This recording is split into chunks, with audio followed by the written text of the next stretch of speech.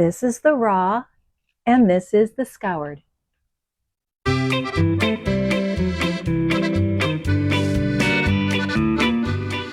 Hey, did you see my video on scouring the dorset horn? This is the dorset horn. Look how fluffy this got. So fluffy. But we do have some issues with this fiber. No, it's not the VM, which is kind of minimal. I mean, there's some VM in there, but there's other issues with this fiber. So let me show you up close. Can you see the yellow tips? So what this means is this is weathered. The tips are weathered. This is not canary staining because it's just on the tips. It's not in the staple of the fiber. I can also feel the tips are quite rough from being weathered versus the staple of the fiber. Now, this is not the softest fiber in the world, but this is definitely more rough. But watch this. So when I take this and pull, it breaks off the tip because those weathered tips are weak and they come right off. Here's the dilemma. If I put this through a drum carder, it's going to break off these tips, and this is going to be in the drum carder, and you're going to have all these rough tips within the batt, which I don't think you really want. And they're kind of cotted, not felted. If I put these through combs, that would be a good thing to do, is put it through combs, because let's see how big this staple is. So if I put these through a comb, it's going to pop off the tip, and that's about as long as you have for a nice staple. Now, some people say this is too short for combs, but I can spin right off the comb, which is pretty nice, and I can probably diz this off too if I draft short. You can also do this. So if I take the fiber and take a flicker brush, I can pop off the tip with the flicker brush. So see how that tip came off in the brush? This is a usable staple to drum card. By doing this, it also takes out any VM that's in the tip. I mean, the tip is gone, so the tip would be gone. But I can drum card this. So let me work on some of these staples, take off the tip, and let me drum card some of this, and I'll show you in a little bit. Okay, I flicked the tips on this pile. This is the junk pile. You can see how yellow it is. Maybe I can see how yellow it is.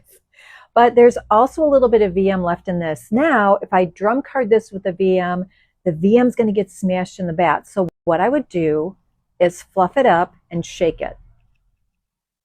Just keep fluffing and keep shaking, and the vegetable matter will fall on the table. And of course, don't put this back on the table because it's going to catch all the VM again.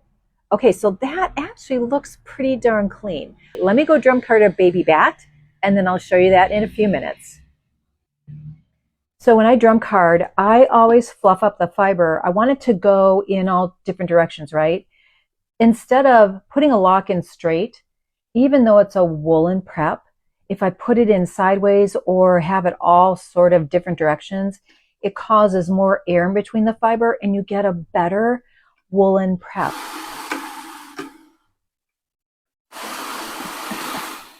This is a Brother Deluxe 90 TPI drum carder. I use this for just about anything. I've even used it for cashmere and alpaca.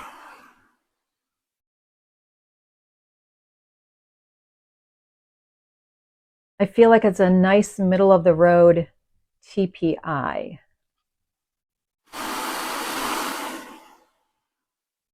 And I'm trying to keep the fiber just in the middle because I don't have a lot. So it's not going to make a big, long batt. It's just going to make it just a small little sample.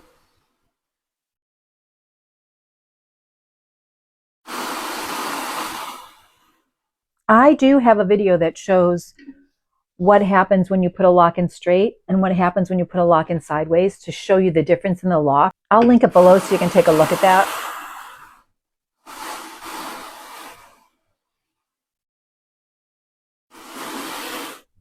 Okay, let's go ahead and take this off.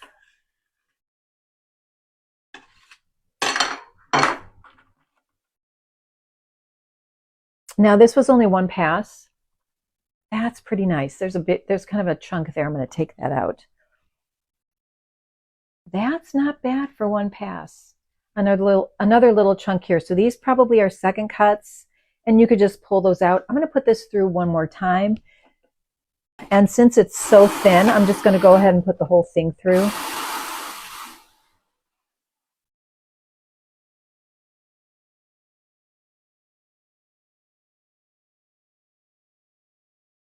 Dorset horn is a really nice springy wool. And did you know that it's an endangered breed? The Livestock Conservancy says it's an endangered breed, and they encourage you to buy the endangered breed species so they don't go extinct. Look at that. That's only 2 passes on the brother. But it looks like this because it was super, super prepped.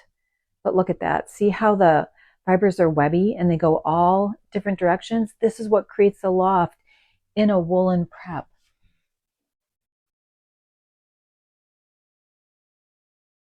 All right, so that's how you deal with weather tips, how to tell the difference between weather tips and canary staining. And there you go.